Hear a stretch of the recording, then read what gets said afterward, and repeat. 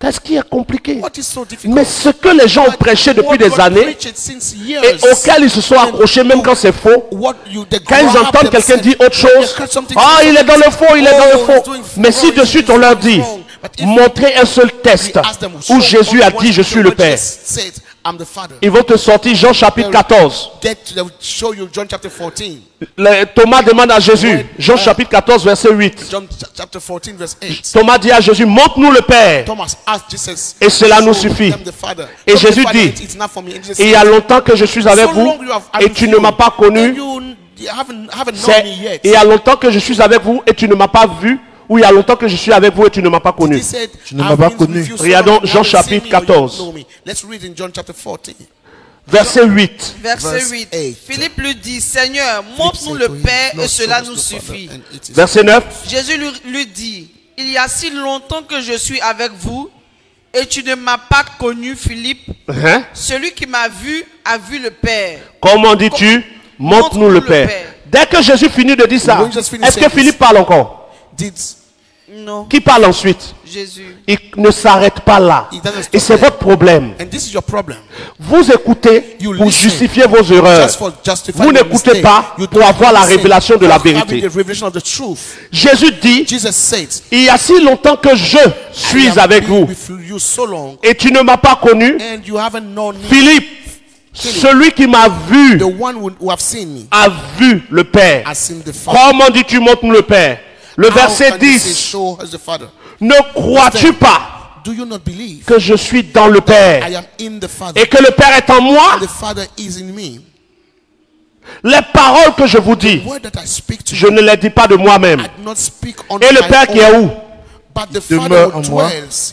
C'est celui qui fait les œuvres. Quand tu lis bien, tu comprends. Au début, il dit celui qui m'a vu a vu le Père.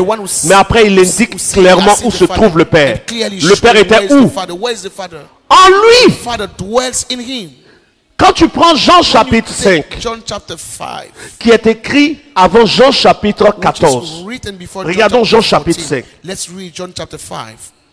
Jean chapitre 5, regardons le verset 37. Et voyons bien et comprenons bien. Ne lisons pas pour justifier nos erreurs. Lisons pour comprendre. Verset 36 à 37. Jésus dit quoi?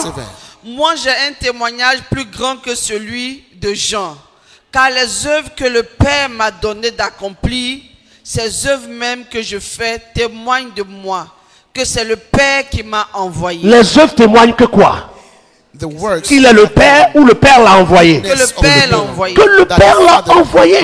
Le verset 37. Et le Père qui m'a envoyé, et le Père qui m'a envoyé a rendu lui-même témoignage de moi. Maintenant, par rapport à eux, vous n'avez jamais entendu sa voix, vous n'avez point vu sa face. À Jean chapitre 5, il dit qu'ils n'ont point vu quoi? La face, c'est quoi? Quand on dit tu n'as point vu la face de quelqu'un, ça veut dire quoi? Tu l'as jamais vu. Son visage physique. Ça veut dire même que tu l'as jamais vu lui-même. Comment Jésus peut dire dans Jean chapitre 5, verset 37, que personne n'a jamais vu la face du Père, et à Jean 14, il dit celui qui m'a vu a vu le Père. Il ne se contredit pas. Personne ne peut voir Dieu et vivre. Tout véritable homme spirituel le sait. Donc quand Jésus dit celui qui m'a vu a vu le Père, il est en train de parler de lui comme porteur de la plénitude du Père. Puisque le Père habitait en lui, il était rempli de toute la plénitude du Saint-Esprit. Partout où il était considéré Emmanuel. Emmanuel qui veut dire Dieu avec nous. Mais Dieu était où? En Jésus, réconciliant le monde avec lui-même. Qu'est-ce qui est compliqué? Regardons ce texte. 2 Corinthiens chapitre 5 verset 19. Et je précise pour toi qui me suis que Jésus a déjà répondu à la question de qui il est. Jésus n'est pas le Père. Jésus n'est pas le Créateur. Jésus ne demande pas à être adoré ni prié. C'est une déviation et le monde entier aujourd'hui est dans cette erreur. Vérifiez bien les textes. Matthieu chapitre 16 verset 16, Jésus dit clairement, je suis le Fils, le Messie, je ne suis pas le Père. Et des gens vont me dire en Jean chapitre 14 que Jésus a dit celui qui m'a vu a vu le Père. Non. Jean chapitre 5 verset 37, Jésus lui-même dit personne n'a jamais vu Dieu. Pourtant le jour où Jésus parlait, on le voyait. Donc quand il dit celui qui m'a vu a vu le Père, c'est parce que lui, en lui, était le Père. Et nous confirmons cela par le livre de 2 Corinthiens chapitre 5 verset 19.